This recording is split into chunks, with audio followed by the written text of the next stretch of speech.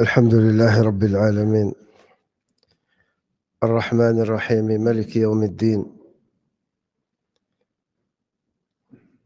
نحمده سبحانه وتعالى ونستغفره ونعوذ بالله من شرور أنفسنا ومن سيئات أعمالنا من يهده الله فلا مضل له ومن يضلل فلا هادي له وأشهد أن لا إله إلا الله وحده لا شريك له وأشهد أن محمدًا عبده ورسوله صلى الله عليه وسلم. يا أيها الذين آمنوا اتقوا الله حق تقاته ولا تموتن إلا وأنتم مسلمون. يا أيها الناس اتقوا ربكم الذي خلقكم من نفس واحدة وخلق منها زوجها وبث منهما رجالًا كثيرًا ونساء واتقوا الله الذي تساءلون به والأرحام إن الله كان عليكم رقيبا. يا أيها الذين آمنوا اتقوا الله وقولوا قولا سديدا يصلح لكم أعمالكم ويغفر لكم ذنوبكم ومن يطع الله ورسوله فقد فاز فوزا عظيما. أما بعد فإن أصدق الحديث كلام الله وخير الهدى هدى محمد صلى الله عليه وسلم وشر الأمور محدثاتها وكل محدثة في دين الله بدعة وكل بدعة ضلالة وكل ضلالة في النار أو كما قال رسول الله صلى الله عليه وسلم. اللهم اهدنا لأحسن الأخلاق لا يهدي لأحسنها إلا أنت واصرف عنا سيئها لا يصرف عنا سيئها إلا أنت. اللهم إنا نسألك الهدى والتقى والعفاف والغنى. اللهم علمنا ما ينفعنا وانفعنا بما علمتنا وزدنا علما وبارك لنا فيه. اللهم أصلح لنا النية والذرية والأهل والعمل. اللهم ارحم الوالد رحمة واسعة ووسع عليه في قبره وارزقه الفردوس وارحم موتى المسلمين أجمعين واشف الوالدة ومرضى المسلمين أجمعين. Donc le bon comportement, ya ra'akum Allah, fait partie des dons de la subsistance qu'Allah Azza wa Jalla donne à ses serviteurs. Et le livre d'Allah et la sunna du prophète sallallahu alayhi wa sallam sont remplis de recommandations de se parer de ces bons comportements. Et bi'idhnillahi azza wa jal, ce soir nous allons voir le comportement que l'étudiant doit avoir avec son professeur ou son cheikh.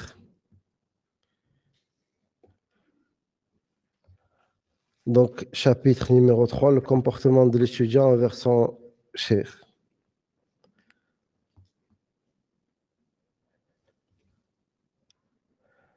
يقول الشيخ حفظه الله أو رحمه الله: بما أن العلم لا يؤخذ ابتداء من الكتب، وضع سطرين تحت لا يؤخذ ابتداء من الكتب، بل لا بد من شيخ تتقن عليه مفاتيح الطلب. Donc le cheikh dit, l'étudiant ne doit pas faire ses premiers pas dans la science avec les livres. Bien au contraire, il doit avoir un cheikh qui l'accompagne et le guide pendant ses débuts, afin qu'il soit protégé contre les difficultés et les erreurs. Puis il dit, rahimahullah, pour cela, tu dois tourner de la préservation de sa dignité. La dignité de qui? De ton professeur ou du cheikh Naam? Car cela est la porte de la réussite, du salut, de l'aboutissement et du succès. Donc tu dois rendre à ton cheikh ce qui lui est dû, comme honneur, respect, considération et indulgence. Comporte-toi de la meilleure façon possible avec ton cheikh, que ce soit quand tu es assis à ses côtés ou quand tu t'adresses à lui. Fais attention lorsque tu lui poses une question. Écoute attentivement lorsqu'il parle et tourne les pages de ton livre délicatement en sa présence.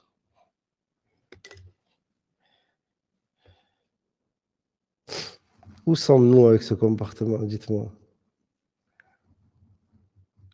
Hein? Le professeur ou le cheikh parle, l'autre il est sur son téléphone, l'autre rigole avec son camarade à côté, ou se lève de l'assise comme si il venait acheter des tomates ou des oignons. Allah al-Musta'an. Puis le cheikh dit, rahimahullah, ne prolonge pas ton discours et évite de polémiquer avec lui. Ne le devance ni par la parole, ni par les actions. Ne t'engage pas dans de longs discours en sa présence. Ne lui coupe pas la parole, que ce soit pendant un cours ou non. Et ne le force pas à te répondre rapidement. Ça, il me semble qu'on avait déjà parlé quand on a évoqué avec le frère Yanis Abou Imran, hafizahullah, le comportement que le musulman doit avoir même avec le téléphone.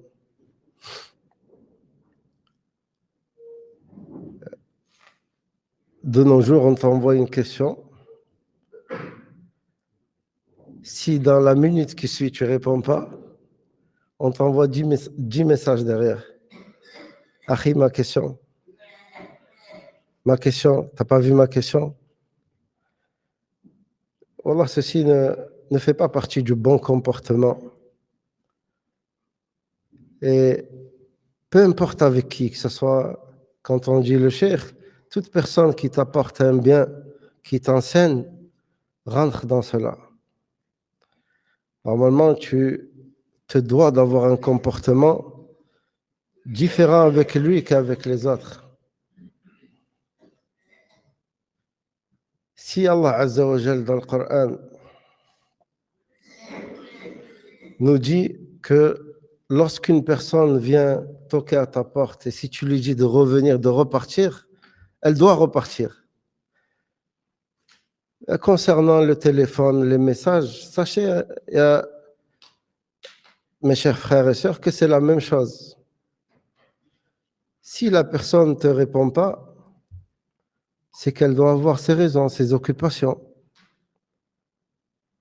Juste une personne lambda, vous allez tous trouver que vous avez tous beaucoup d'occupations. Qu'en est-il des savants? Qu'en est-il des étudiants en sciences? Vous croyez qu'ils n'ont pas de vie en dehors de l'enseignement? Tous, ils ont leur vie, leurs enfants à gérer, la vie professionnelle. Et ajoute à cela tout ce qui concerne la prédication, régler les problèmes des autres, que ce soit divorce ou autre. Donc, il ne fait pas partie du bon comportement d'insister comme ça avec le cheikh ou l'étudiant en sciences. Si la personne, elle envoie une question, elle envoie et elle attend que la personne lui réponde. Et si elle l'appelle au téléphone, c'est pareil. Si elle ne répond pas, ça sert à rien d'insister d'appeler 10 fois. Ça ne fait pas partie du bon comportement.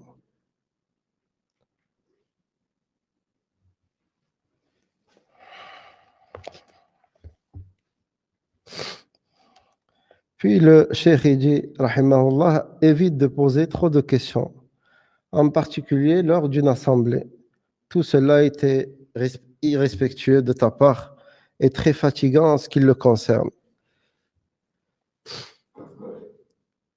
Aussi, ne l'interpelle pas par son prénom ou par son nom.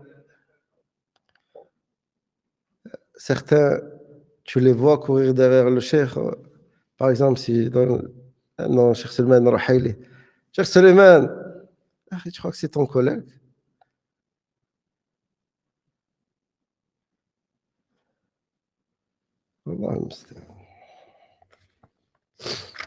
Donc, ne l'interpelle pas par son prénom ou par son titre comme ta parole au Cheikh Intel, mais dis plutôt au mon cheikh ou bien au notre cheikh. Ne mentionne pas son nom, car cela est plus convenable. Ne t'adresse pas à lui à la seconde personne, là au singulier, le tu, hein, et ne l'interpelle pas de loin en l'absence d'une nécessité extrême.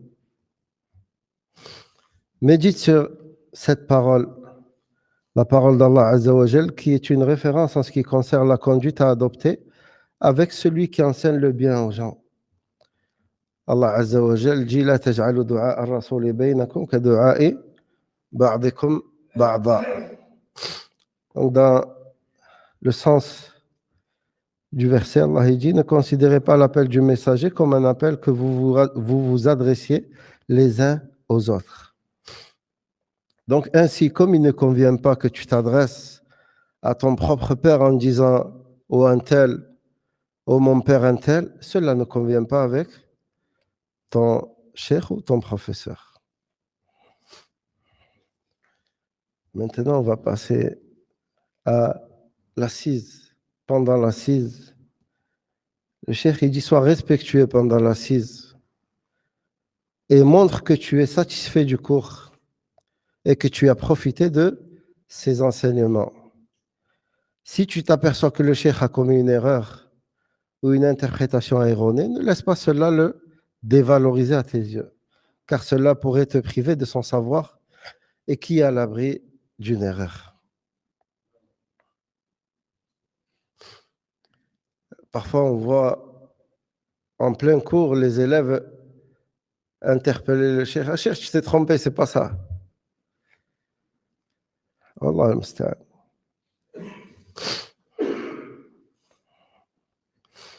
Puis le cheikh il dit, rahimahullah, aussi prends garde à ne pas faire ce qui pourrait le mettre en colère.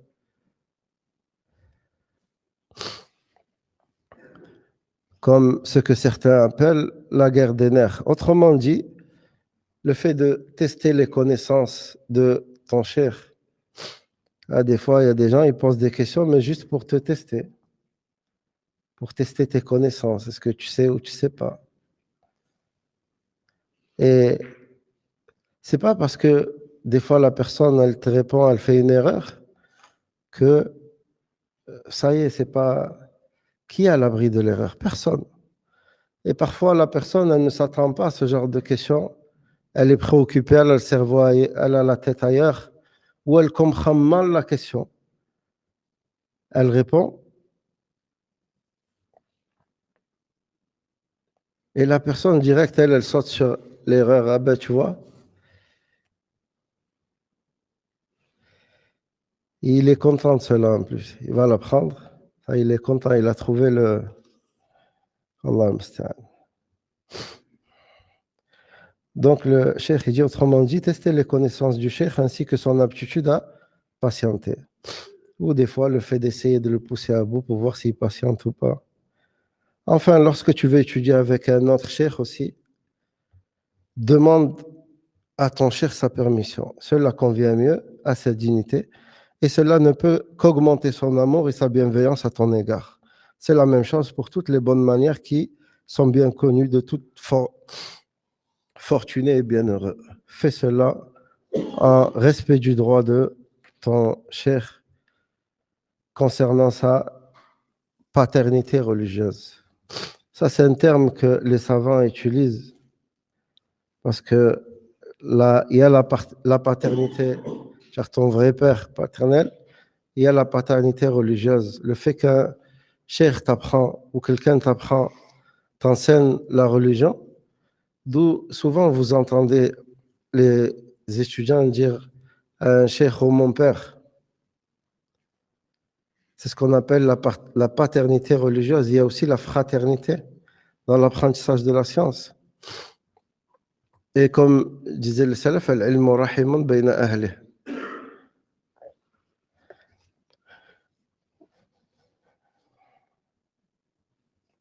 Et puis le cheikh dit, ce qui est dénommé dans certaines lois l'éducation morale. L'expression paternité religieuse est plus convenable que l'éducation morale. Donc il vaut mieux renoncer à cette dernière, c'est-à-dire à l'éducation morale. Sache que ta réussite et ton salut dépendent de la fidélité et du respect, de la dignité de ton cheikh, et que tout manquement de ta part est un signe représentatif de l'échec. Puis le cheikh il dit remarque importante, prends garde aux ruses de ces catégories de personnes, ce qu'on appelle les étrangers, les non-musulmans, les gens du chemin ou les gens du chemin de l'innovation, que ce soit les soufis ou autres. Les gens du chemin, genre les soufis, les innovateurs de notre temps, car ils utilisent certaines pratiques trompeuses. Parmi celles-ci, l'humilité qui dépasse les limites de la religion.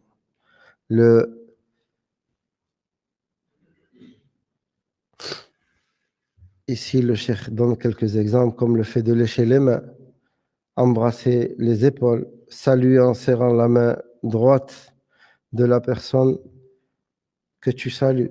C'est-à-dire que tu salues, en même temps tu poses la deuxième main sur l'autre. Et il y a plein d'autres méthodes qu'utilisent les soufis.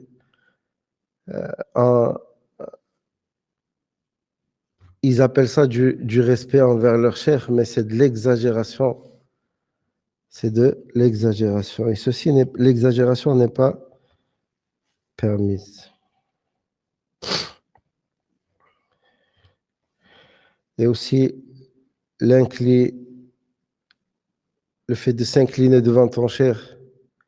Les soufis le font. Ils vont même jusqu'à se prosterner devant leur cheikh, lui embrasser les pieds. Qu'Allah nous en préserve.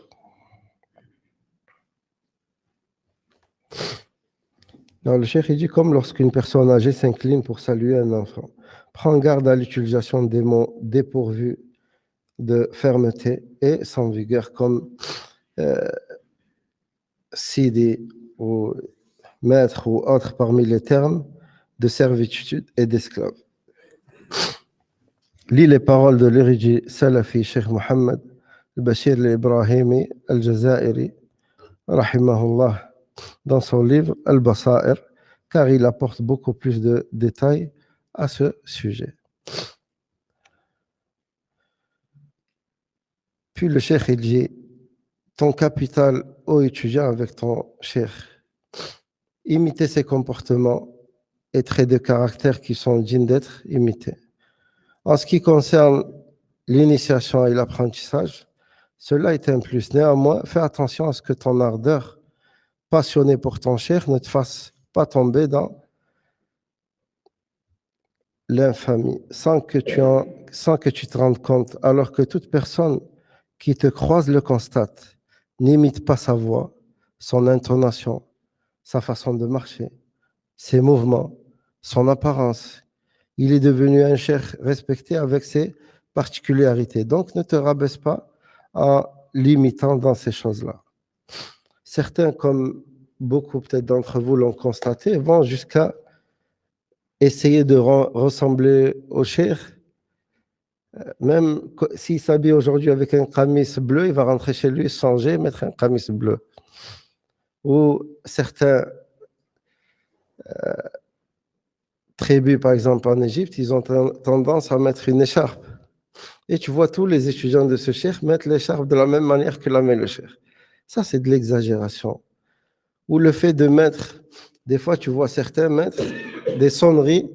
La sonnerie, c'est le son du cheikh, la voix du cheikh. C'est qui, auprès de qui il étudie. Dès que ça sonne, tu vas entendre la voix du cheikh. Wallah, ça, c'est de l'exagération. C'est pas ce qui t'est demandé de le limiter dans tout ce qu'il fait. Tu essayes de prendre la même voix que lui, parler pareil comme lui, tu t'assois comme lui. Certes, des fois, ça peut venir naturellement. À force de rester avec quelqu'un, on prend des fois certains de ses comportements. Mais le fait que tu te forces à essayer de ressembler à quelqu'un, ceci rentre dans l'exagération. Wallah al-musta'an.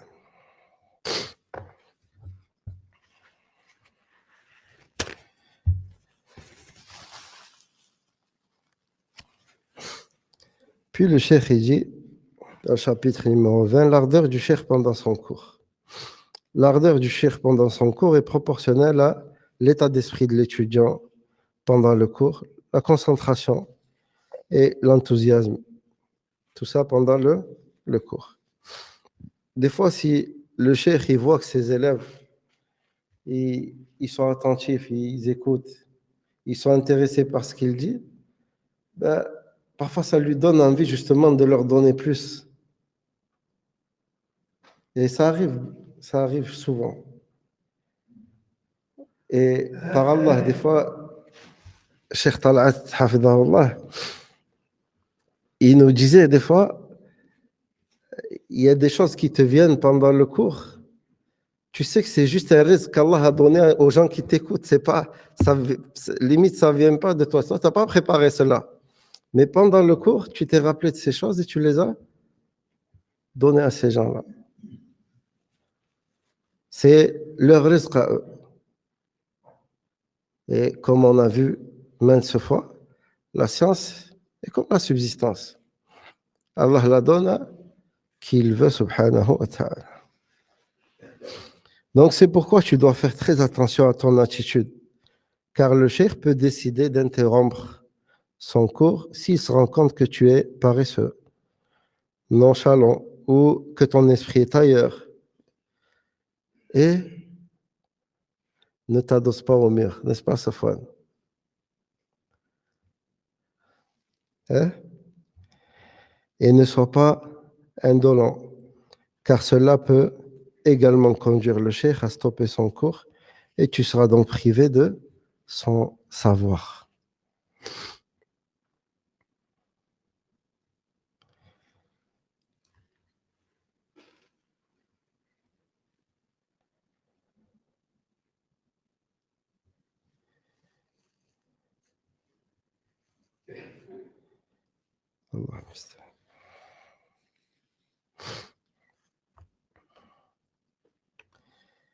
Et le cheikh mentionne la parole de Khatib al-Baghdadi, rahimahullah, où il dit le droit de la faïda, genre le bénéfice du cours, et qu'elle ne soit donnée à que celui qui la demande et qu'elle ne soit expliquée qu'à celui qui la désire vraiment.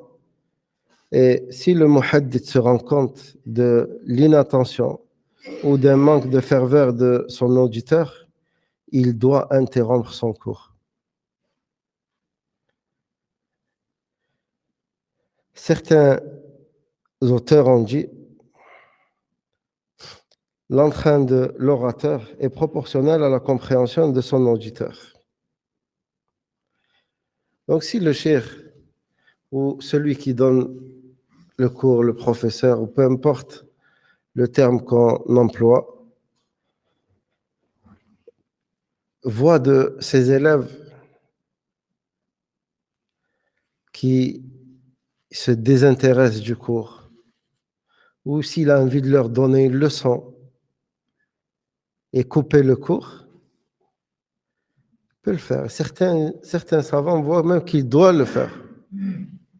Il me semble que, je pense que vous tous, vous avez déjà vu une des vidéos, par exemple, de Cheikh Al-Husaymi, où il interrompt le cours. il se lève, il part. Pourquoi?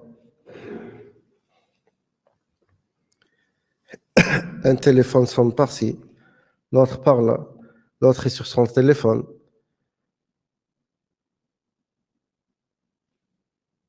Voilà.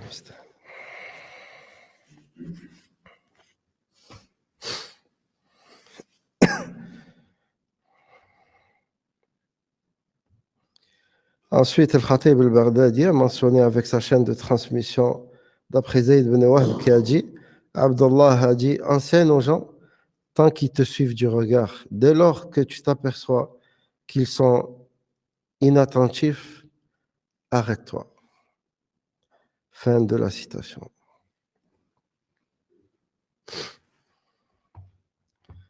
Et aussi, sachez qu'il fait partie du rabaissement de la science, le fait de la donner à des gens qui ne la veulent pas.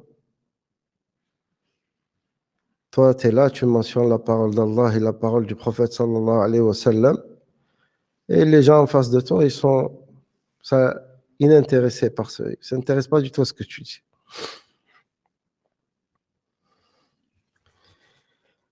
Puis concernant la prise des notes des paroles du cheikh pendant le cours et la révision. Le cheikh dit cela varie d'un cheikh à un autre, donc sois perspicace. Pour cette raison, il y a une règle de conduite et une condition. La règle de conduite, tu dois informer ton cheikh que tu vas écrire ou que tu as déjà écrit ce qu'il a dit afin de pouvoir réviser plus tard. Et la condition, c'est que tu dois mentionner dans ton livre ou dans ton cahier que ta prise de notes a eu lieu pendant tel cours et avec tel cheikh. Pourquoi? Combien de personnes prennent un cahier, ils prennent des notes, mais à la fin, il ne se rappelle même pas où c'est qu'il a entendu ça. Il va dire, ouais, j'ai entendu, je sais que j'ai vu ça, mais je ne me rappelle pas ni dans quel cours, ni avec quel cheikh. D'où il est important, pendant la prise de notes, de mentionner c'est à quel cours tu as entendu ça et avec quel cheikh. Même si tu peux, si tu as un cahier à part, comme certains font, tu marques même le numéro de la page afin que tu te rappelles cette note, elle va avec quel cours et quelle page. Ou comme certains étudiants font, tu prends des stylos très fins et tu prends des notes sur le livre, sur le support lui-même. Tu vois, sur le côté, il t'écrit tes notes. Mais ici, par contre, tu dois les résumer parce que tu n'as pas la place sur un cahier, sur le côté d'un cahier, pour écrire tout ce que le cheikh dit. Tu mets des mots-clés afin de te rappeler de ce qu'il a dit. Et alhamdoulilah, aujourd'hui, Allah nous a beaucoup facilité. Il y a les enregistrements. Tu peux faire des petites notes et revenir à l'enregistrement plus tard et écrire les notes que tu désires. Et qu'est-ce que tu fais avec ces notes après?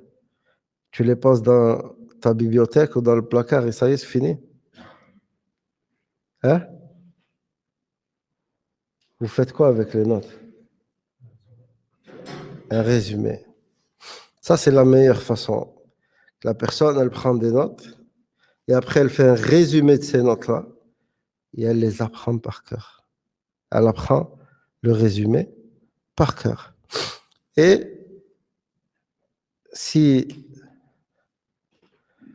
encore vous êtes jeune, vous avez de la force, prenez un livre pour tout ce qui concerne la croyance. Vous mettez vos notes dessus. Un livre pour la jurisprudence. Un livre pour tel. Et tu mets tes notes. Telle note, tel jour. J'ai entendu telle parole, tel jour avec tel cheikh ou tel étudiant. Et c'était sur l'explication de tel livre. واضح?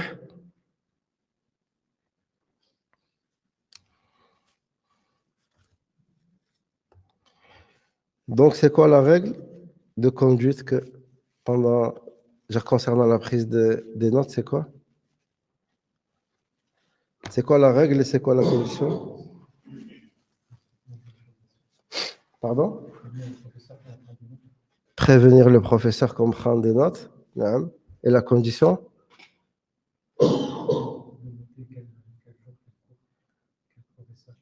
De noter le livre que tu fais, le cours, sur telle matière et tel cheikh ou tel professeur. Jusqu'ici, ça va? T'es sûr?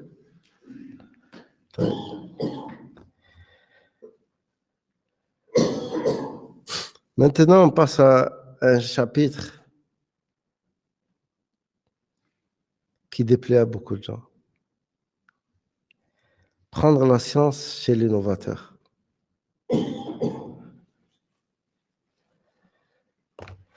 يعني أخذ العلم عند أهل البدع.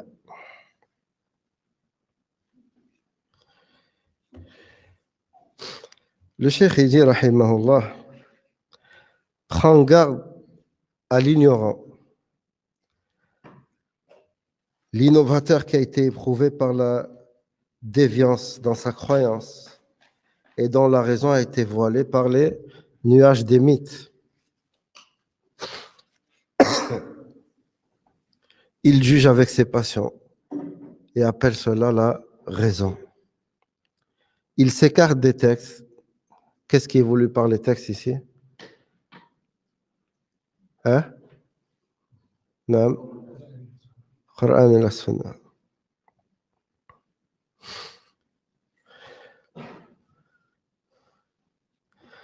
Puis le cheikh dit la raison est-elle autre part que dans les textes? Il s'accroche à ce qui est faible et s'éloigne de ce qui est authentique. On les appelle aussi les gens du doute ou les gens de la passion. C'est pour cela qu'Ibn al-Mubarak, rahimahullah, nommait les innovateurs, il les nommait les petits.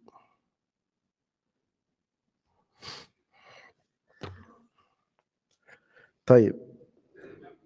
A-t-on le droit d'apprendre quoi que ce soit chez un innovateur? Hein? Pourquoi?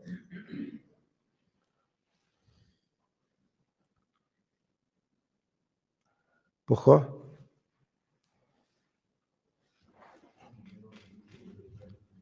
Il mélange le faux et le vrai. En parlant de ce qu'a dit le frère,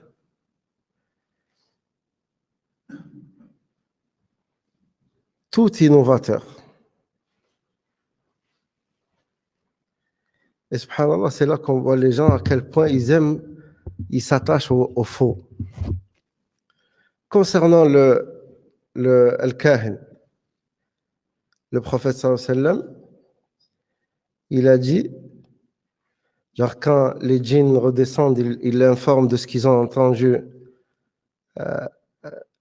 le discours qu'il y a eu entre les anges. Il fait quoi ce Kahin? Il raconte une vérité avec 100 mensonges. Il y a qui rajoute à cela 100 mensonges. Malgré cela, les gens s'attachent à lui, ils le suivent. Une vérité. Les gens de l'innovation, ils ont des vérités?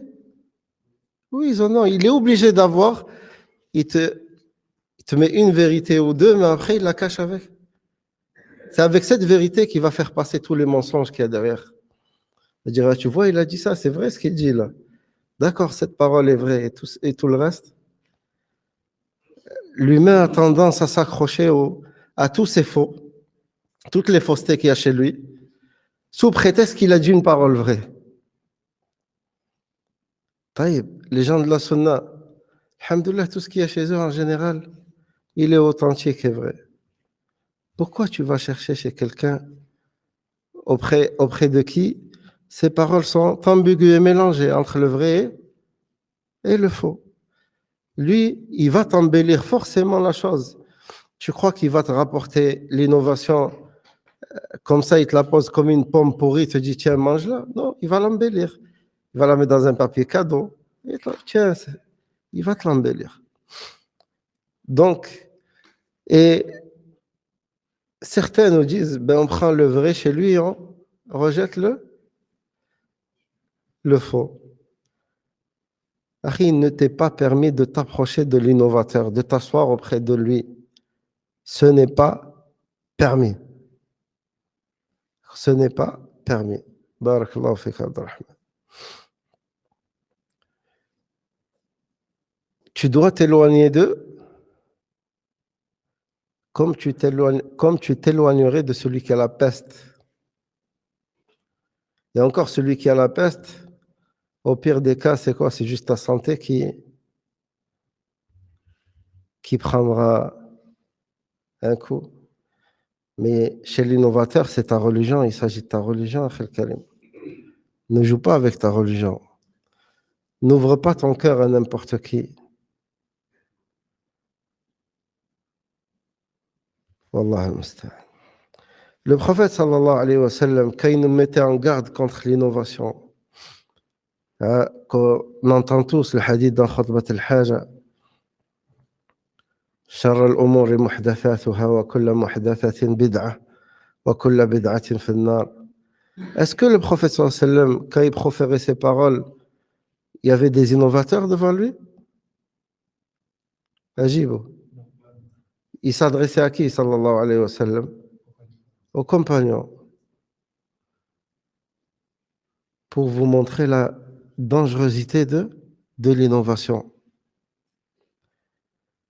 Et al-mubtadi' mustadrik ala al-shari'. Genre l'innovateur, même s'il ne le dit pas avec sa langue, comme s'il disait, non, Allah, il nous a pas tout appris, ou le messager d'Allah sallallahu alayhi wa sallam nous a pas tout enseigné. Il y a des choses qui manquaient dans cette religion. Le messager d'Allah n'a pas transmis tout le message. Il manque des choses. Et moi, je vous les apporte. Même s'il ne le dit pas avec sa langue, mais il appelle à cela. C'est quoi une innovation? C'est une chose nouvelle dans quoi? Dans la religion. Taïb Allah Azza wa Jal n'a-t-il pas dit dans le Coran, j'ai parachevé pour vous aujourd'hui votre religion? Hein? Donc la religion d'Allah, elle est complète ou il manque? Allah Azza wa Jal n'a-t-il pas attesté que le messager d'Allah sallallahu alayhi wa sallam a transmis le message? Bien sûr. Donc, quand celui-là, il vient et te dit, ouais, il y a des bonnes innovations, ou il te rajoute des choses dans la religion, lui, il veut dire quoi? C'est soit le prophète sallallahu alayhi wa sallam savait cette chose et il ne nous l'a pas enseigné, donc il a commis un péché, hasha, sallallahu alayhi wa sallam. Soit il ne savait pas et lui, il l'a su. Soit encore les compagnons aussi, eux, ils l'ont su, mais ils ne l'ont pas transmis. Ou eux, ils ne savaient pas, mais lui, il l'a su.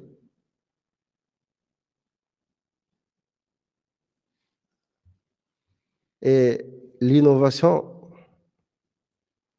wallah, elle est plus dangereuse que la peste.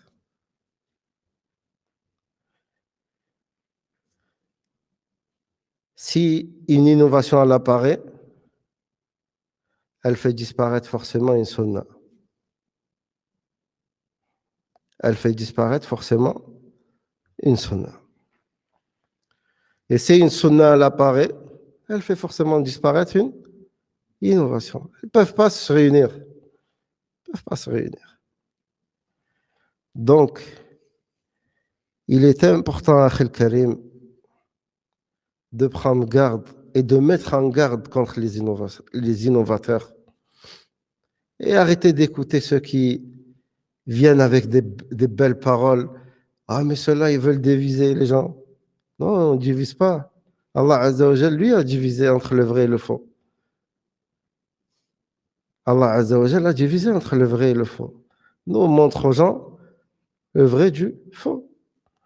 C'est vous, vous avez divisé la communauté en suivant des voies qui ne faisaient pas partie de la voie du prophète, qui n'est autre que la voie du messager d'Allah, sallallahu alayhi wa sallam. Donc, en vérité, qui c'est qui divise?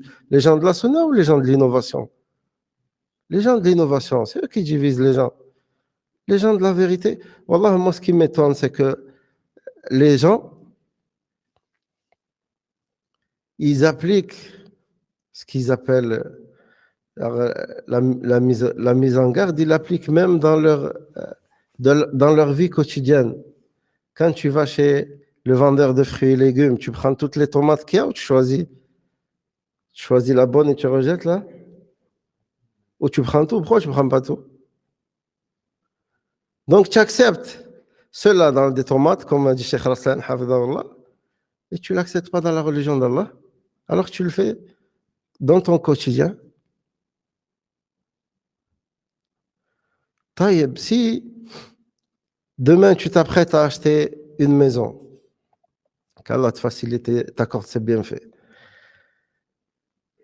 et que tu sais un des frères très proches de toi, il sait que cette maison, elle a été bâtie de manière pas correcte, que le matériel qui a été utilisé, il est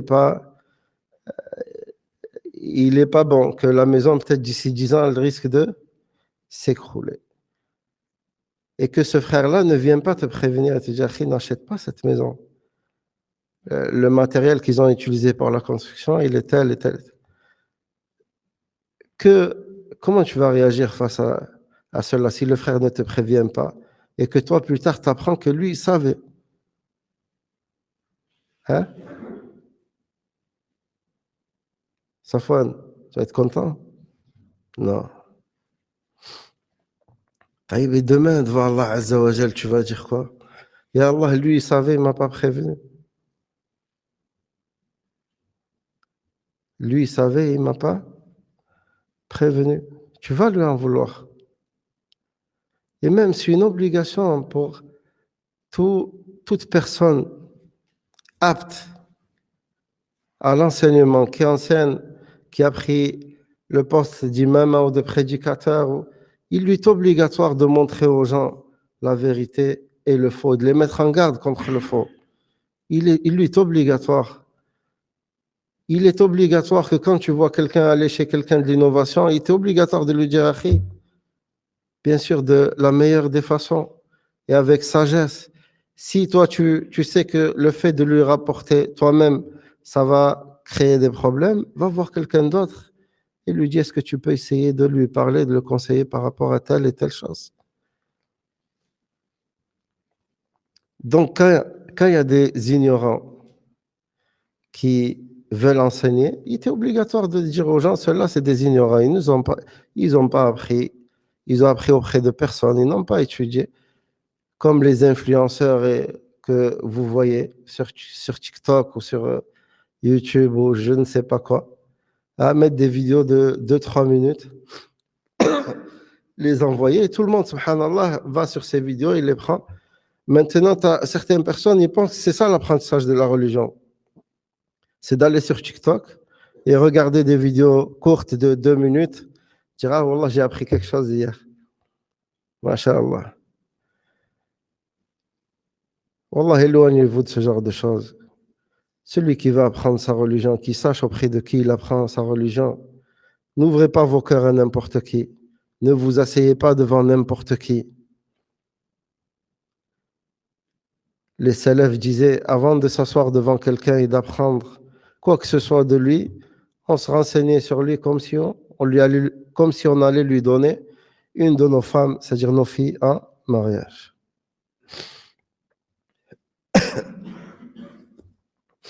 Donc l'imam al-Dhahabi, rahimahullah, a dit, quand tu vois l'innovateur dire, laisse de côté ses livres et ses hadiths et amène-moi la raison, sache qu'il est le plus grand des ignorants.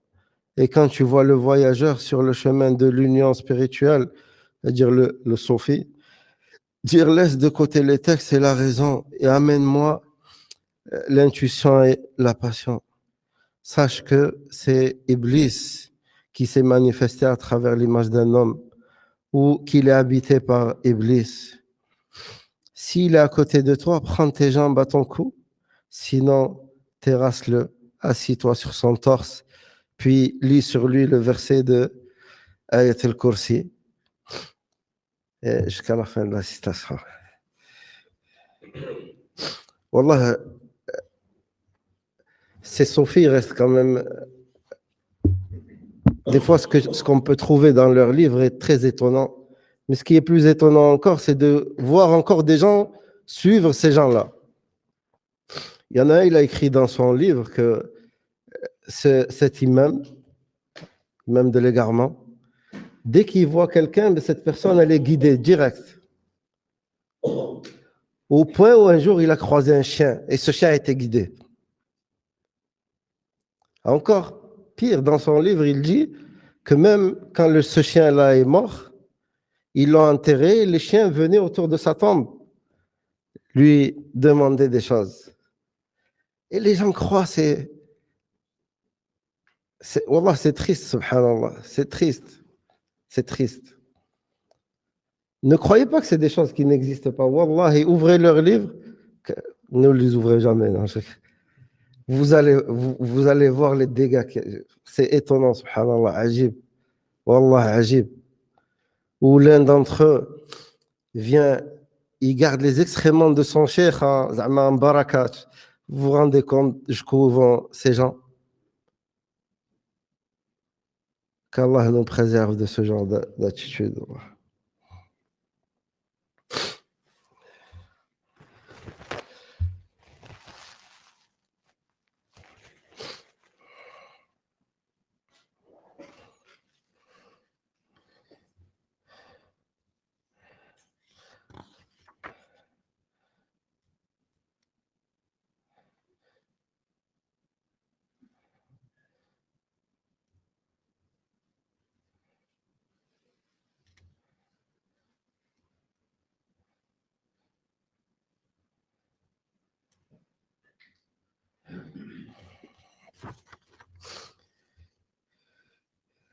Le cheikh dit, puis il a dit aussi, rahimahullah, c'est-à-dire l'imam al-Dhahabi, j'ai lu un manuscrit écrit par Cheikh al-Muwaffaq dans lequel il a dit, nous avons écouté son cours, c'est-à-dire le cours d'Ibn Abi Asroun avec mon frère Abu Amr, puis nous avons cessé. J'ai entendu mon frère dire, j'ai été le voir après un certain temps, et il m'a dit, pourquoi as-tu cessé d'assister à mes cours? Je lui ai répondu, les gens disent que tu es Ash'ari.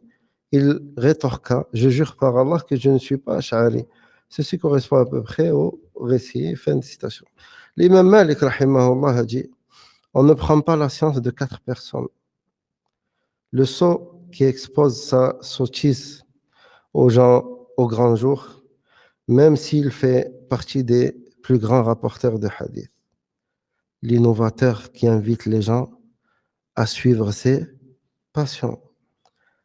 Le menteur qui ment lorsqu'il parle aux gens, même si je ne l'accuse pas de mentir sur le prophète, sallallahu alayhi wa sallam. L'adorateur pieux et honnête qui ne mémorise pas avec perfection les hadiths qu'il rapporte. Ça, bien sûr, c'est à leur époque, rahimahumullah.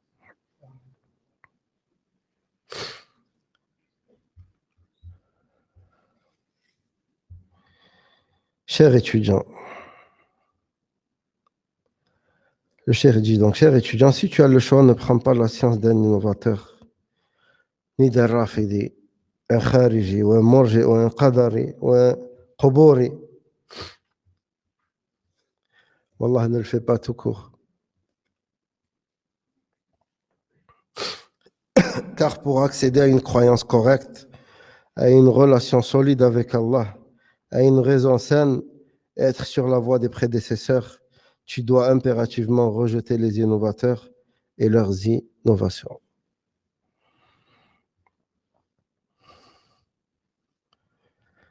Les livres de récits biographiques des savants et les livres de l'attachement à la sunna contiennent de nombreuses réfutations des gens de la sunna contre l'innovation, ainsi que le désaveu des innovateurs et la recommandation de s'éloigner d'eux.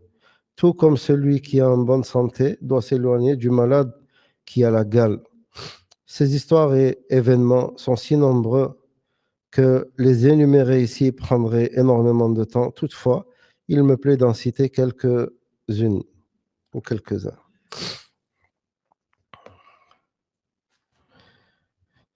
Les pieux prédécesseurs, rahimahumullah, aimaient qu'on ne se préoccupe pas des innovateurs, qu'on les méprise et qu'on les rejette, ainsi que leurs innovations.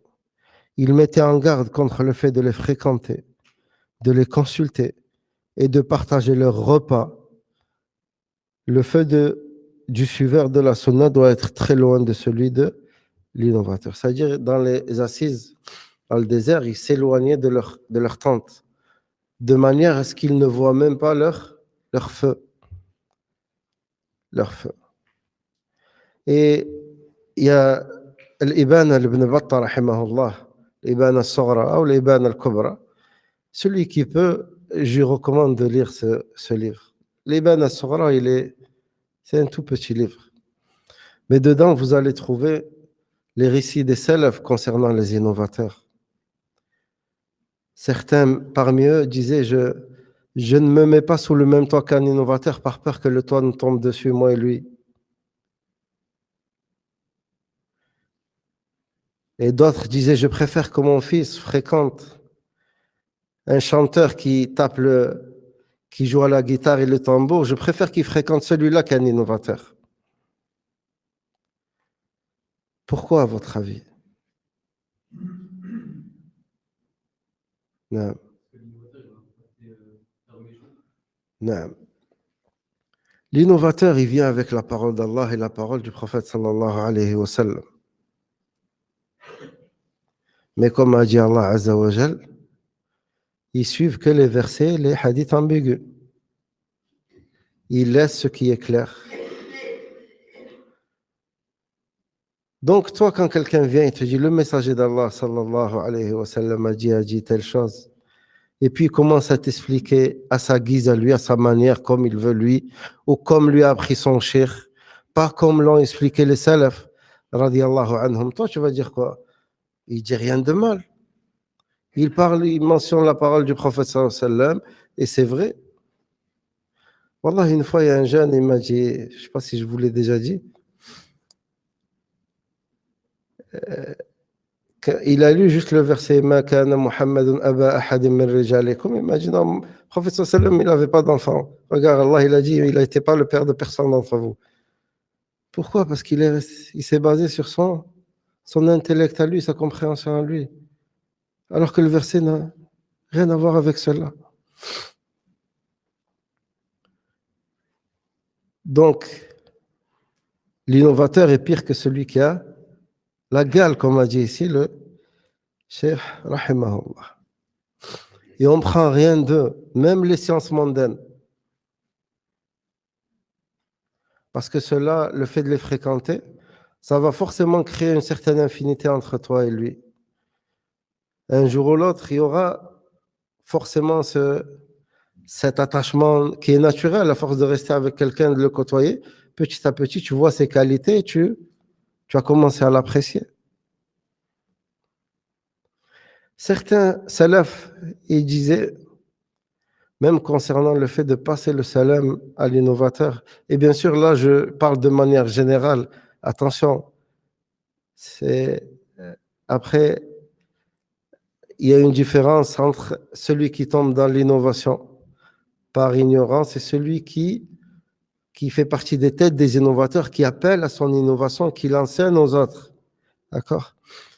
Et il disait, certains parmi les salafs, ils disaient même le fait de dire salam, pourquoi? Parce que je veux pas l'aimer. Et Allah, il n'aime pas les innovations. Et il a tiré ça d'où? Le hadith du prophète sallallahu alayhi wa sallam, Ala adullukum ala shay'in in fa'altumuhu tahabbabtum afshu salam bainakum. Est-ce que vous voulez pas que je vous mentionne une chose? Si vous le faites, vous allez l'aimer, vous allez vous aimer entre vous.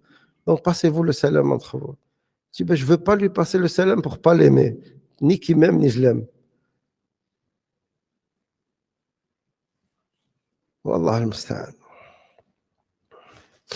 Sachez qu'il n'y a aucun bien dans l'innovateur. Et il n'y a aucun bien dans l'innovation.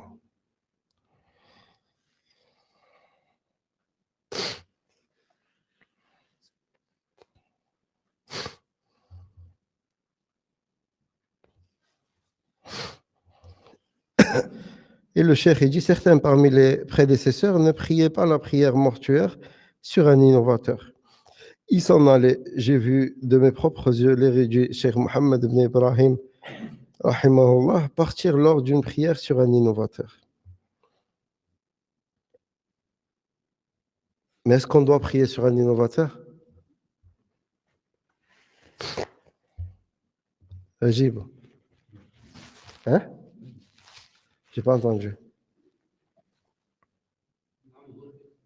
Non, mais les musulmans ont pris sur lui, sauf si c'est une innovation qui fait sortir de l'islam. Après, ici, le cheikh, ici, il parle des... C'est un savant qui a fait cela, afin que ça serve de leçon aux autres.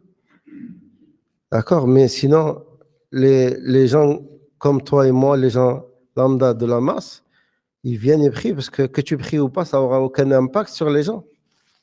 Par contre, si tu es quelqu'un comme ce savant, et que si les gens le voient quitter et ne pas prier sur cet homme, ils vont se poser des questions. Pourquoi il n'a pas prié sur lui? Parce qu'il fait partie des grands savants de son époque, rahimahullah. Donc, si le fait de le faire, ça, tu sais que ça va avoir un impact sur les gens, même un rappel. Ceci, pareil aussi, même pour des fois, certaines questions nous parviennent. La personne qui s'est suicidée, est-ce qu'on a le droit de prier sur elle, par exemple? Bien sûr, tu pries sur elle, c'est un péché. Elle n'est pas sortie de l'islam, tu pries sur elle. Maintenant, si tu fais partie des prédicateurs ou des savants, que le fait que toi, tu t'abstiens de prier sur cette personne, ça va interpeller les gens et se dira, ça veut dire ce qu'elle a fait est grave, machin, elle va chercher à apprendre à savoir le pourquoi et le comment. Oui, tu le fais. Mais attention, c'est pas, tu vas dire aux gens, ne priez pas sur lui. Akhil Karim, ce n'est pas comme ça. D'où l'importance de ne pas prendre la science que des livres, comme a dit le cheikh tout à l'heure. Parce que si tu lis ça, toi, dans le livre, tu vas te dire quoi? C'est un innovateur, je ne prie pas sur lui, je demande à tout le monde de ne pas prier sur lui. Je vais voir lui-même, oh, c'est un innovateur, tu pries sur lui, donc tu es un innovateur comme lui, allez hop. Hein? C'est ce qui va se passer. C'est ce qui va se passer. Pourquoi? Toi, tu l'as lu, tu sais que le cheikh qui mentionne ces athars, c'est quelqu'un de confiance, tu l'as lu, donc tu vas essayer de mettre en application ce que toi, tu as appris. Mais vu que tu as appris seul, qu'avec des livres, qui va t'expliquer que là, on parle de manière générale et que tel, qui va t'expliquer cela? Si c'est pas soit un savant ou un étudiant en sciences qui a appris avec les savants. Donc, d'où la dangerosité, barakallahu fikum, d'apprendre que des livres. Surtout au début. Au début, il te faut apprendre auprès d'un savant ou auprès des étudiants en sciences qui maîtrisent ce qu'ils ont appris, qui te donnent les outils pour que toi, tu puisses plus tard faire des recherches et tu puisses comprendre les textes que tu lis comme il faut. Tu puisses faire la différence entre ce qui est général et le spécifique. Sinon, tout seul, wallahi, tu ne sauras pas faire cela. Tu ne sauras pas le faire. Et tu comprendras des textes comme ça de manière erronée. Tu comprendras des textes comme ça de manière erronée. Parce que là, imaginons qu'Allah nous en préserve. Moi, je viens, je vous lis ça et je vous dis, écoutez, s'il y a un innovateur, il ne faut pas prier sur lui. C'est ce qu'ils font aujourd'hui les TikTokers. Il lit un truc, il te met le paragraphe, il a lu ça, et il ne faut pas prier sur les innovateurs. Il ne faut pas prier sur tel. Il faut pas. Akhi, wallah, reste à ta place.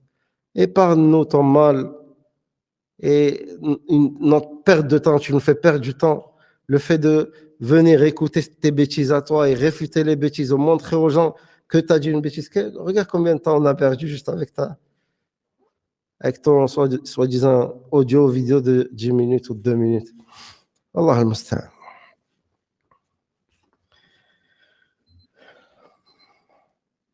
Et puis il dit d'autres parmi les prédécesseurs interdisaient, compris derrière les innovateurs, et qu'on mentionne leurs innovations, cela en raison de la faiblesse des cœurs et du doute qui dérobe les cœurs.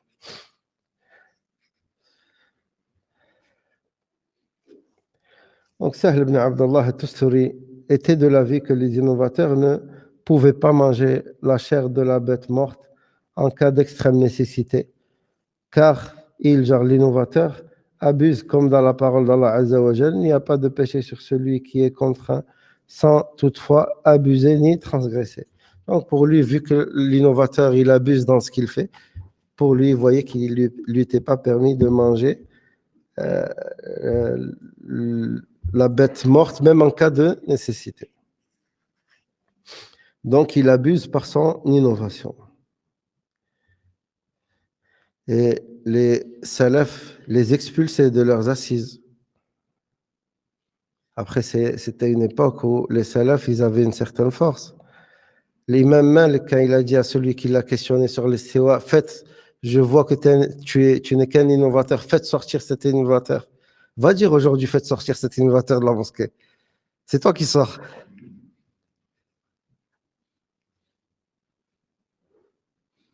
Allah musta'an. Donc, il les expulsait de leurs assises, les, wallah, comme dans l'histoire de l'imam Malik, rahimahullah, lorsque quelqu'un lui a demandé comment Allah s'est élevé sur son trône, Charles Istiwa, après sa réponse célèbre, je vois que tu n'es qu'un innovateur, il a ordonné qu'on le fasse sortir de la mosquée.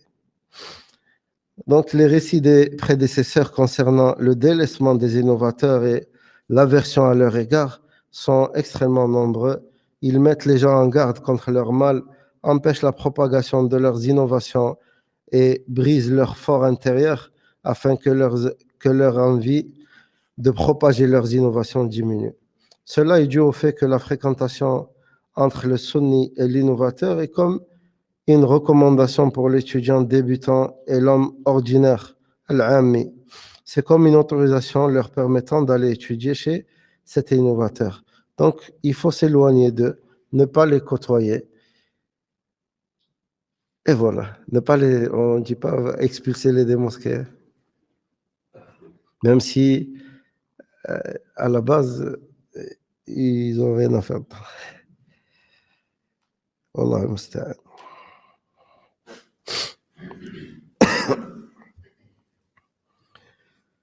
Donc, puis il dit, nous voyons des propos similaires dans les livres sur la science du hadith, sur le comportement de l'étudiant en sciences et sur les règles de la critique et l'éloge.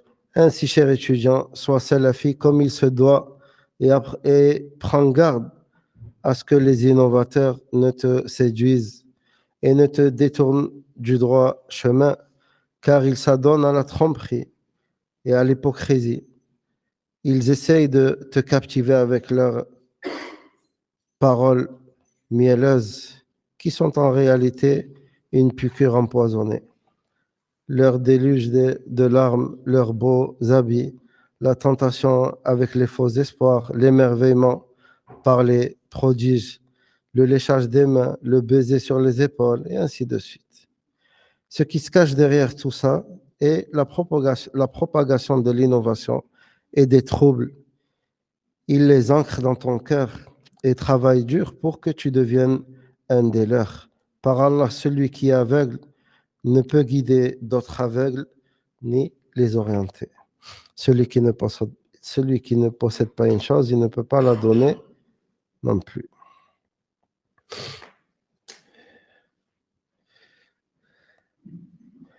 Pour ce qui est de prendre la science des savants de la sunna, lèche le miel sur tes doigts et ne demande pas. C'est-à-dire, si tu peux prendre le savoir tu le prends les yeux fermés. Qu'Allah te guide vers la droiture afin que tu t'abreuves à la source pure qui est l'héritage de la prophétie. Sinon, celui qui a envie de pleurer n'a qu'à pleurer pour sa religion. Ce que je viens de mentionner plus haut est valable quant à la capacité et le choix. C'est-à-dire quand tu peux choisir ton cheikh. Et alhamdoulilah, tu peux le faire. D'accord? Même si ici le cheikh dit quant à la capacité de le faire, mais par Allah, il n'est pas permis de prendre la science des gens de l'innovation. Peu importe tes raisons à toi. Tu n'es pas à l'abri de suivre le même chemin qu'eux. Tu n'es pas à l'abri de succomber à leurs innovations et que tu deviens toi-même quelqu'un qui appelle à ces innovations, alors que peut-être auparavant tu faisais partie de ceux qui mettaient en garde contre cela. Qu'Allah nous en préserve tous.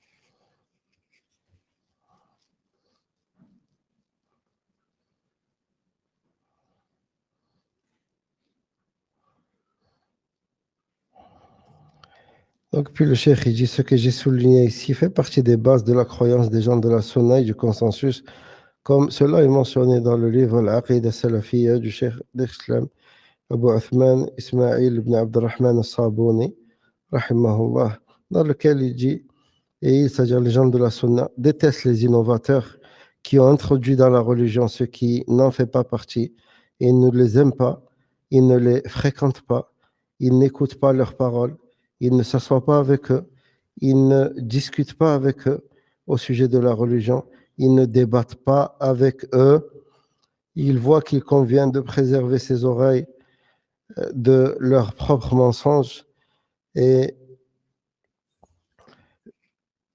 ce qui est vide de sens. En effet, lorsqu'ils parviennent aux oreilles et s'installent dans le cœur, car les propos des innovateurs font des préjudices et inspirent les ambiguïtés et autres réflexions erronées.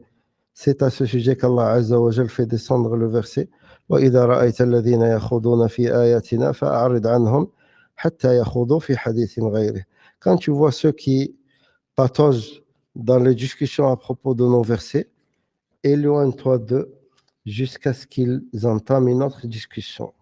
Ce verset fait partie des bases, des fondements de la sunna concernant le fait de s'asseoir et d'écouter les gens de l'innovation. Est-ce que vous avez des questions concernant ce qui a été vu ce soir? Barakallahu fik.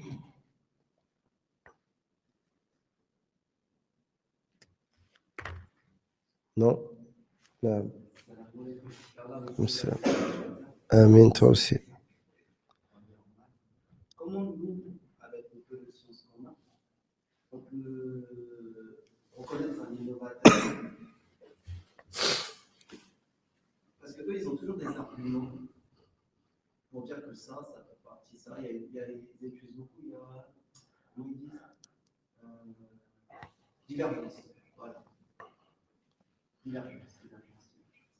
Il y a une grande différence entre la divergence et l'innovation. Il y a une grande différence entre une divergence et une innovation. Quand on dit divergence, c'est qui a divergé à tel sujet? À la base, la divergence, elle peut émaner déjà des compagnons, radiallahu anhum. D'accord? Et sur des branches ou sur les fondements? Les branches. On est bien d'accord.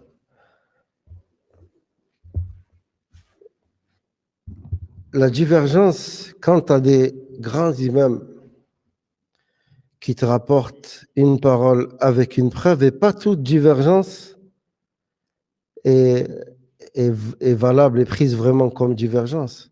Il n'y a pas de divergence quand il y a un texte clair. D'accord? Il n'y a plus de divergence. L'imam peut faire un effort. Quand on dit l'imam, je parle de, comme l'imam Ahmed, l'imam Malik, l'imam Shafi'i. Je ne parle pas de Abu Sirin ou Abu Moussa. Hein? On parle des grands imams. Quand on leur pose des questions, des fois, eux, ils sont capables, ils sont aptes à faire ce qu'on appelle l'ijtihad, un effort. Ils se basent sur les textes qu'ils ont. Ils font l'analogie sur ce texte-là. Parfois, l'imam, il peut répondre à une question, mais lui, il n'a pas eu le texte qui clarifie justement cette question. Et un autre, lui, il a eu l'autre, il te rapporte le texte, le prophète sallam a dit telle et telle chose, et tel compagnon a fait telle chose. Lui, la divergence, la cause de la divergence ici, c'était quoi? Le fait que un des imams n'a pas eu la preuve. L'autre, il a fait l'effort de son côté, il est récompensé pour son effort. S'il a vu juste, il a deux récompenses. S'il s'est trompé, il est récompensé pour l'effort. Maintenant, ce que font les innovateurs, rahmakallah, et te disent non, mais c'est une divergence. Une innovation, c'est une innovation. Une innovation, c'est quoi? C'est une voie nouvelle dans la religion, hein, qui ressemble, elle est nouvelle et inventée, qui ressemble à quoi? à la législation, à ce qu'Allah a légiféré. Et qu'est-ce qui est voulu par cette voie? L'exagération dans l'adoration d'Allah, subhanahu wa ta'ala. Maintenant, quand tu as des personnes qui sortent sur les écrans télé et te disent sortez contre le gouverneur, faites ci, faites ça. On va dire il y a une innovation parce que Mohamed Hassan a dit sortez contre le gouverneur? Ou là parce que le Qardawi a dit ça? Ou on va se baser sur le texte du prophète sallallahu alayhi wa sallam qui dit écoute et obéis, même s'il prend ton argent et frappe ton dos. Le texte, le hadith, il est clair ou pas? Donc quand quelqu'un vient, peu importe son... Il te dit une chose qui est en contradiction avec la parole d'Allah ou la parole du prophète sallallahu alayhi wa sallam. Tu vas me dire, il y a une divergence. Il y a quelle divergence? Une divergence entre qui et qui? Entre qui et qui, la divergence? Tu peux me dire, il y a une divergence sur le fait de, quand on se lève du roko, est-ce qu'on remet les mains sur la poitrine ou on les laisse en bas? Oui, ça c'est une divergence. Ça n'aura aucun impact sur ta prière. Et les savants, ils ont divergé dessus par rapport au même hadith. Là, oui, on est d'accord, c'est une divergence. Mais quand tu viens à un des fondements des gens de la sunna, et tu me dis c'est une divergence? Oui, on dit une divergence entre le vrai et le faux. Là, oui, je suis d'accord avec toi. Il y a une vérité et un mensonge. Pas toute divergence, et elle doit être prise en compte. C'est pas parce que eux ils l'appellent divergence, on dit ouais, c'est bon, c'est une divergence entre nous, on s'est pas mis d'accord. Non, c'est pas comme ça. Les fondements des gens de la sunna, ils changent pas, peu importe. Ils ne changent pas. C'est là. Vous avez fait au sol sunna l'imam Ahmed. Vous avez fait c'est l'imam Saboni, rahimahullah. Est-ce que vous voyez une différence entre les deux livres? Pourtant, les fondements des gens de la sunna, ils ne changent pas. Ils ne changent pas. D'accord? On laisse le frère faire l'adhan après. Si vous avez d'autres questions, sinon. الله أكبر الله أكبر الله أكبر الله أكبر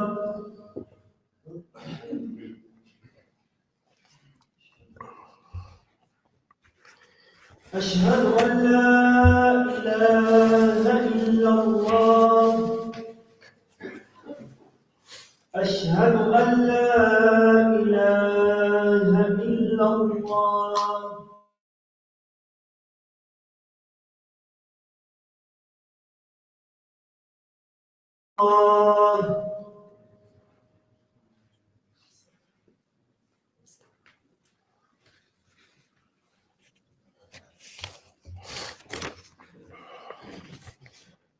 Donc, une question sur Telegram. Qu'est-ce que signifie la deuxième partie du verset? Alors, le verset, quand tu vois ceux qui patauge dans des discussions à propos de nos versets. C'est quand tu vois ceux qui parlent sur Allah Azza wa Jal et son prophète sallam sans science. Quand tu vois les gens de l'innovation parler sur les noms et les attributs d'Allah, renier l'attribut d'Allah Azza wa Jal, ou renier un de ses noms, subhanahu wa ta'ala. Par exemple, à titre d'exemple, quand tu vois des gens mentir sur Allah et son prophète sallam, quand tu vois des gens parler sur cette science alors qu'ils ne sont pas aptes à parler de cette science. Donc, quand tu vois ces gens-là, tu dois t'en écarter, ne pas t'asseoir avec eux. Quand tu vois ces gens-là, les gens qui parlent sur Allah et son messager sallallahu alayhi wa sallam, sans science, ceux qui déforment les paroles d'Allah azza wa jal, déforment la parole du prophète sallallahu alayhi wa sallam, ces gens-là, ben, tu changes d'assise jusqu'à qu'ils changent de discours. Un exemple encore concernant la soi-disant divergence. Quand tu vois certains pseudo-prédicateurs faire des vidéos et te dire l'usure c'est permis. C'est permis? C'est une divergence. Alors lui il dit c'est permis et Allah il dit c'est pas permis. C'est une divergence fondée, ça? Ou pas fondée? Non, pourquoi? Parce qu'il y a des textes. Allah Azza wa Jalla, il dit, je lui déclare que je lui annonce la bonne nouvelle, que je déclare la guerre, moi et mon messager, sallallahu alayhi wa sallam. L'usure dont le prophète sallallahu alayhi wa sallam a dit un dirham ou un dinar dans l'usure, un seul. Il l'a comparé avec la pire des fornications qu'il peut avoir. La pire, le fait qu'une personne fornique avec sa mère au haram. Un dinar. Et lui, il vient comme ça, il te dit, achète la maison à crédit, c'est pas grave, t'as le droit. Yeah, t'as le droit. Allah me dit, j'ai pas le droit, toi tu me dis, t'as le droit. Là, tu vas me dire, il y a une divergence? Il y a pas ça, c'est pas une divergence. D'accord? Ça, c'est un égarement. C'est un égarement. C'est appeler les gens ouvertement à désobéir à Allah subhanahu wa ta'ala et à son messager sallallahu alayhi wa sallam.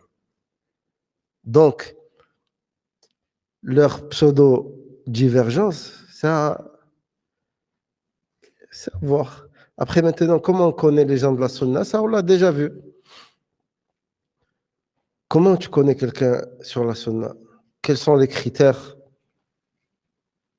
avec lesquels tu juges si la personne elle fait partie des gens de la sunna ou pas? On l'a déjà vu.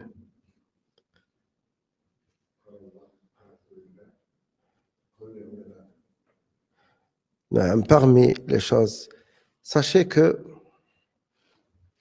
pourquoi ça s'appelle Ahl Sunnah wal Jama'a? Pourquoi? Le mot Jama'a derrière, il vient d'où? Pardon? Ouais, le hadith du prophète sallallahu alayhi wa sallam. Mais que signifie ce mot?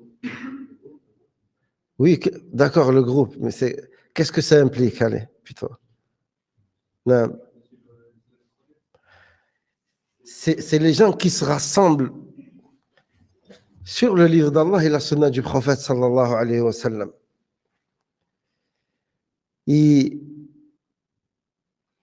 Qu'ils appellent au livre d'Allah et à la sunna du prophète sallallahu alayhi wa sallam et qui restent avec les gens qu'ils appellent au livre d'Allah et à la sunna du prophète sallallahu alayhi wa sallam. Parmi les caractéristiques des gens de la sunna, c'est que tu ne le vois pas côtoyer les gens de l'innovation ouvertement comme ça devant les gens. Il se peut qu'il, par exemple, si tu as envie, comme ils disent, moi je lui fais juste un rappel. Tu veux faire le rappel, d'accord? Prends-le chez toi ou à un endroit où personne ne va te voir avec lui. Fais-lui ton rappel, ordonne-lui le bien, interdis-lui le blâmable et au revoir. Mais par contre, on te voit avec lui dans les cafés, dans les snacks. Tu vas et tu reviens avec lui et tu me dis non, je suis en train de lui faire le rappel. Non, c'est plus un rappel, là, c'est devenu ton ami. D'accord? Les gens de la sunna, ils se rassemblent pas avec les gens de l'innovation. Le Hassan al-Basri, rahimahullah, quand un homme est descendu chez eux, il leur a dit, il est venu chez qui? Ils ont dit, il est parti chez le Qadari. Il a dit, c'est un Qadari comme eux. C'est réglé. Dis-moi, comment on dit, dis-moi avec qui tu restes. Je te dis qui?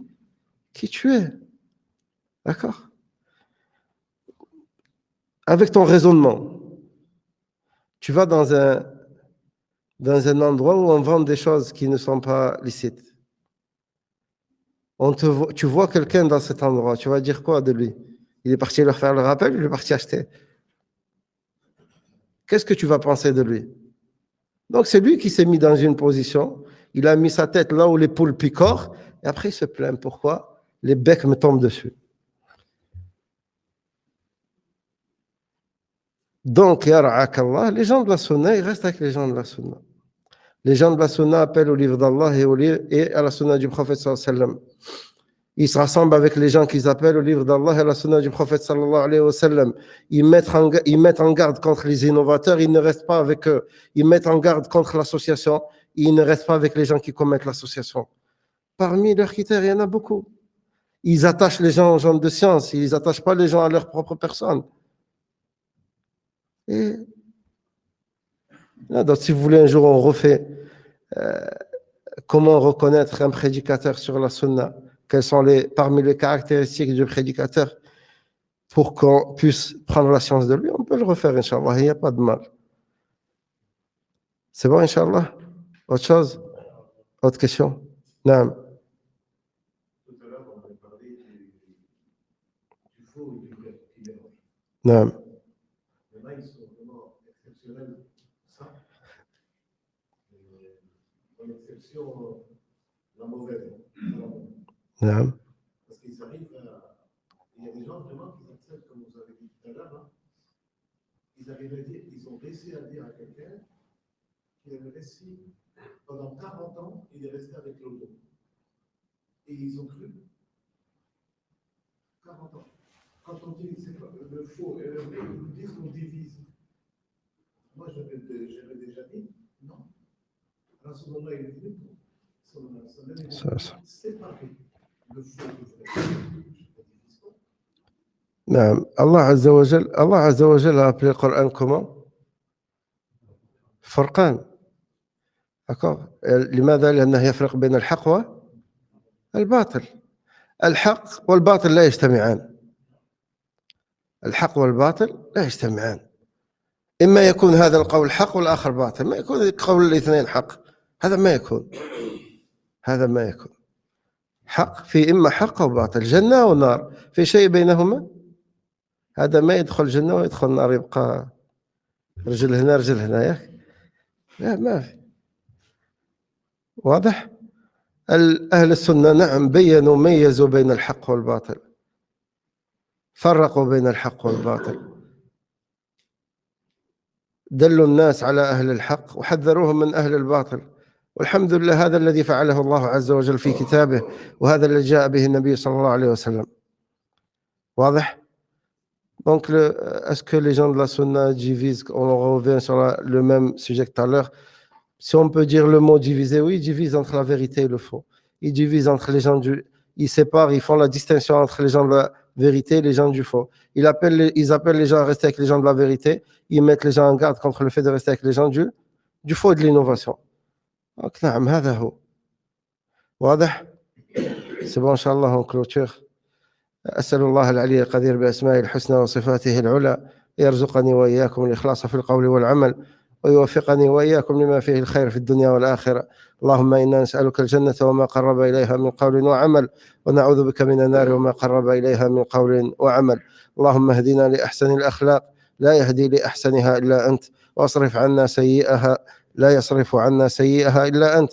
اللهم إنا نعوذ بك من النفاق والشقاق وسيء الأخلاق. اللهم إنا نسألك الهدى والتقى والعفة والغنى.